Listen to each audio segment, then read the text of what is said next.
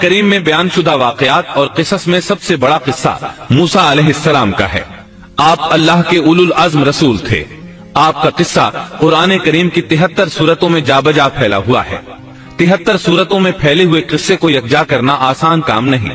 ایسے واقعات کی جزیات کو قرآن و حدیث کی چھلنی میں سے گزارنا انتہائی ضروری ہے۔ تو آئیے سنتے ہیں قصہ سیدنا موسیٰ علیہ السلام کا۔ اللہ تعالیٰ سورۃ القصص آیت 1 تا 3 میں فرماتے ہیں، شروع اللہ کے نام سے جو بڑا مہربان نہایت رحم والا ہے۔ طا سین میم، یہ روشن کتاب کی آیات ہیں۔ ہم آپ کے سامنے موسیٰ اور فرعون کا صحیح واقعہ بیان فرماتے ہیں ان لوگوں کے لیے جو ایمان رکھتے ہیں۔ ان آیات میں اہل ایمان کے لیے نصیحت اور یاد دہانی ہے، جبکہ انہی آیات میں فاسق، نافرمان اور کجرا لوگوں کے لیے ڈراوا اور وعید ہے۔ فرعون یعنی ولید بن مصعب بہت جابر اور ظالم شخص تھا۔ ظلم و جبر کی ان آخری حدوں کو پہنچ گیا تھا جن تک شاید انسانوں میں سے کوئی بھی نہ پہنچا ہوگا، یہاں تک کہ اس نے رب ہونے کا دعویٰ کر دیا۔ وہ اللہ تعالیٰ کا انکار کرتے ہوئے کہا کرتا تھا، فرعون کہنے لگا، اے درباریوں، میں تو اپنے سوا کسی کو تمہارا معبود نہیں جانتا۔ کہنے لگا، تم سب کا رب میں ہی ہوں۔ اس نے الوہیت اور ربوبیت دونوں میں اللہ تعالیٰ سے جھگڑا کیا۔ یقیناً فرعون نے زمین میں سرکشی کر رکھی تھی اور وہاں کے لوگوں کو گروہ گروہ بنا رکھا تھا اور ان کے ایک فرقے کو کمزور کر رکھا تھا، اور ان کے لڑکوں کو تو ذبح کر ڈالتا تھا اور ان کی لڑکیوں کو زندہ چھوڑ دیتا تھا۔ بلا شک و شبہ وہ تھا ہی فساد کرنے والوں میں سے۔ اس نے لوگوں کے گروہ اور جماعتیں بنا رکھی تھیں۔ فرعون کے زمانے میں بنی اسرائیل سب سے حقیر اور کم درجہ قوم تھی۔ فرعون نے انہیں حد درجے ذلیل اور بے عزت بنا رکھا تھا۔ سبھی کو معاشرے میں نچلے طبقے میں شمار کیا جاتا تھا، جبکہ مصر میں یہی لوگ شاہانہ زندگی گزارا کرتے تھے۔ فرعون نے اعلان کرا رکھا تھا کہ بنی اسرائیل سب کے سب غلام ہیں۔ وہ ان سے زر خرید غلاموں کی طرح مزدوری لیا کرتا تھا۔ ان کی عورتوں سے لونڈیوں باندیوں جیسا برتاؤ کیا جاتا تھا۔ وہ جو چاہتا تھا ان سے کرتا تھا۔ اس نے یہ حکم اپنی رعایا میں عام دے رکھا تھا۔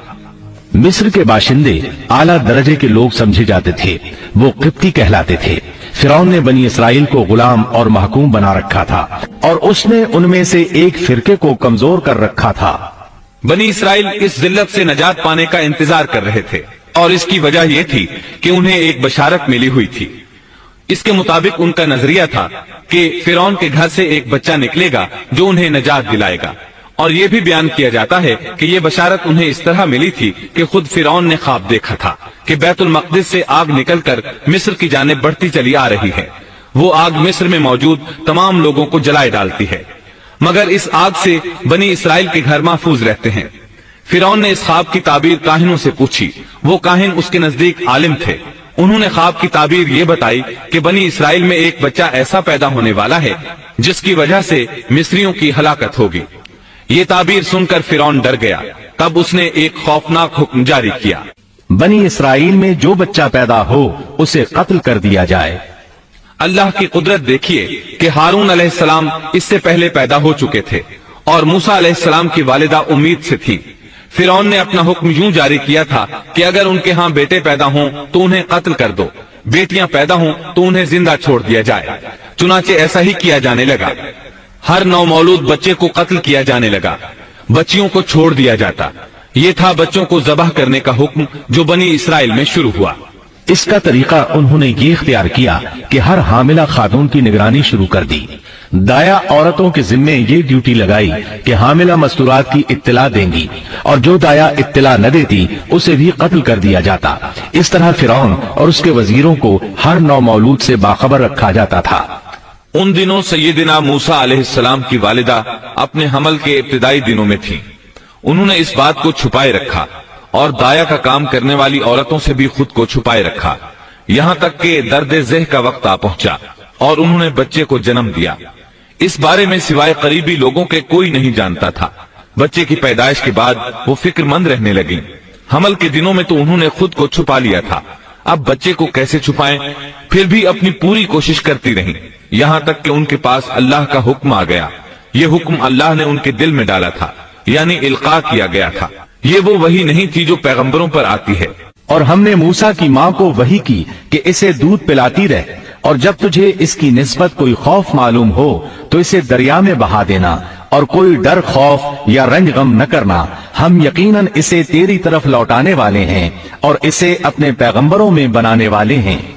मतलब ये था कि जब तफ्तीश और तहकीक शुरू हो या खतरात बढ़ जाएं तो इसे दरिया में डाल दें। इस आयत मुबारका में बैक वक्त दो खबरें, दो अहकाम, दो हुक्म इम्तिनाई और दो बशारतें हैं। यानी हमने मूसा की माँ को वही की कि इसे दूध पिलाती रहे।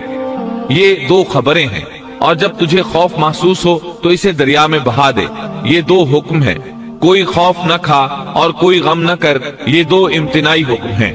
हम यकीनन इसे तेरी तरफ लौटाने वाले हैं और इसे अपने पैगंबरों में से एक पैगंबर बनाने वाले हैं। ये दो बशारतें हैं। और फिर वाकई तलाश शुरू हो गई। बनी इसराइल पर सख्ती की गई। मूसा अलैहिस्सलाम की माँ ने अल्लाह के हुक्म के मुताबिक बच्चे को संदूक में रखा और दरिया में छोड़ दिया। साथ ही मूसा अलैहिस्सलाम की बहन से कहा, तू भी इसके पीछे पीछे चलती जा। चुनाचे वो दरियाए नील की मौजों में चले और उनकी बहन किनारे किनारे चली। अपने भाई की निगरानी करती जा रही है कि दरिया में डालने के बाद क्या बनता है। अल्लाह ताला सूरतुल कसस आयत 11 में फरमाते हैं, मूसा की वालिदा ने उनकी बहन से कहा, तू इसके पीछे पीछे जा। तो वो उसे दूर से देखती रही और फिरौनियों को इसका इल्म भी न हुआ। संदूक बहता हुआ फिरौन के महल्लात के करीब आन ठहरा। महल्लात दरियाए नील के किनारे थे। अल्लाह ताला सूरतुल कसस में फरमाते हैं, आखिर फिरौन के आदमियों ने संदूक उठा लिया।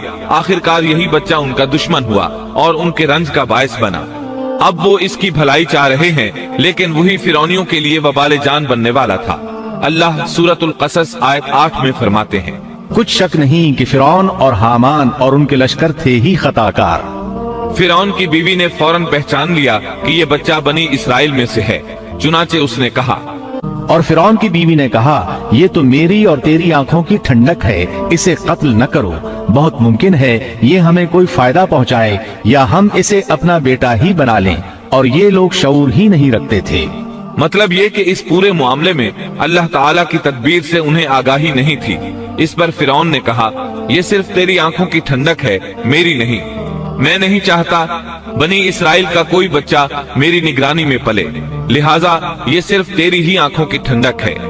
इब्ने अब्बास रजी अल्लाह अन्हुमा फरमाते हैं, अगर फिरौन ये बात कह देता कि ये मेरी भी आंखों की ठंडक है तो अल्लाह ताला उसे हिदायत दे देता। लेकिन उसने यूं कहा, ये सिर्फ तेरी आंखों की ठंडक है, मेरी नहीं। और फिर हुआ भी यही। मूसा अलैहिस्सलाम आसिया की आंखों की ठंडक बन गए, फिरौन की आंखों की ठंडक न बने। अल्लाह ताला सूरतुल कसस आयत 10 में फरमाते हैं, और मूसा की वालिदा का दिल बेकरार हो गया। यानी उसका दिल मूसा अलैहिस्सलाम की याद के अलावा दुनिया की हर चीज से खाली हो गया। माँ की मोहब्बत और माँ के दिल का हाल जरा देखिए। मुसीबत में उस पर क्या गुजरती है। वो मेहरबानी जो माँ के दिल में होती है, वो मोहब्बत जो सिर्फ उसी दिल का खासा है। हम मर्दों की जमात इस कैफियत को नहीं जानती जो मुसीबत के वक्त माँ के दिल पर गुजरती है। चुनाचे अल्लाह ताला फरमा रहे हैं, और मूसा की वालिदा का दिल बेकरार हो गया। यानी मूसा अलैहिस्सलाम की मोहब्बत के सिवा उस दिल में और कुछ न रहा। हर वो चीज जो उसे दुनिया में प्यारी थी, मूसा की मोहब्बत पर गालिब ना आ सकी। बस दिल में मूसा ही मूसा थे। अल्लाह ताला सूरतुल कसस आयत 10 में फरमाते हैं, करीब थी कि इस वाक़े को बिल्कुल जाहिर कर देती अगर हम उनके दिल को ढारस न दे देते। ये इसलिए कि वो यकीन करने वालों में रहे। अब देखिए अल्लाह ताला के काम। उनके नूरे चश्म को किस तरह उनकी तरफ वापस लौटाया।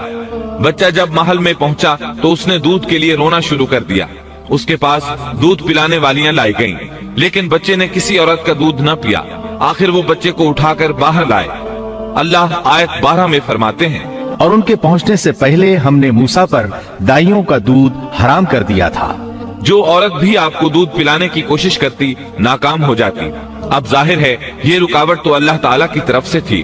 कोई दूध पिलाने में कामयाब हो भी कैसे सकती थी। उधर मूसा अलैहिस्सलाम की बहन दूर खड़ी ये सब देख रही थी। सूरतुल कसस आयत 12 में है, ये कहने लगी, क्या मैं तुम्हें ऐसा घराना न बताऊं जो इस बच्चे की तुम्हारे लिए परवरिश करे और हों भी वो इस बच्चे के खैरख्वाह। उन्होंने पूछा, ए बच्ची, तू कैसे जानती है कि वो इस बच्चे की खैरखाही करेंगी। बच्ची ने जवाब दिया, इसलिए कि वो एक गरीब घराना है। जब उन्हें मालूम होगा कि ये बच्चा फिरौन के घर से आया है तो उन्हें इनाम और इकराम मिलने की उम्मीद रहेगी। उस घर में एक नेक सीरत खातून है, वो इस बच्चे को बखुशी दूध पिलाना कबूल करेगी। उन्होंने कहा, चलो ठीक है। चुनाचे आपकी बहन उन्हें घर ले आई। वालिदा मोहतरमा ने बच्चे को दूध पिलाया तो आपने फौरन दूध पीना शुरू कर दिया। सैयदा आसिया ने उनकी तरफ पैगाम भेजा कि वो महल में आ जाए और जब तक बच्चा दूध पीता रहे वो उसके पास महल ही में रहे। लेकिन मूसा अलैहिस्सलाम की मां ने इनकार कर दिया। उन्होंने कहा, मेरे अहलो एयाल हैं, मेरे खामद भी हैं, लिहाजा उनके होते हुए मैं घर नहीं छोड़ सकती। अब चूंकि बच्चे ने किसी और का दूध पीना कबूल नहीं किया था, इसलिए वो खुद बच्चे को लेकर आते थे।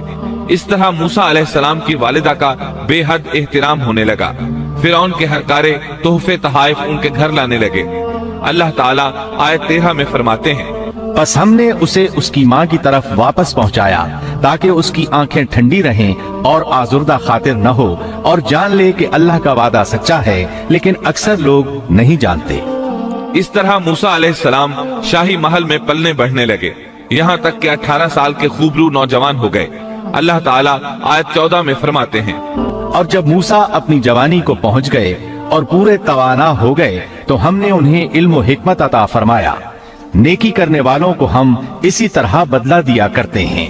سبيل الدموع سبيل مريح تنهد يا صاحي كي تستريح وضم الدعاء الخفي الصريح يسعى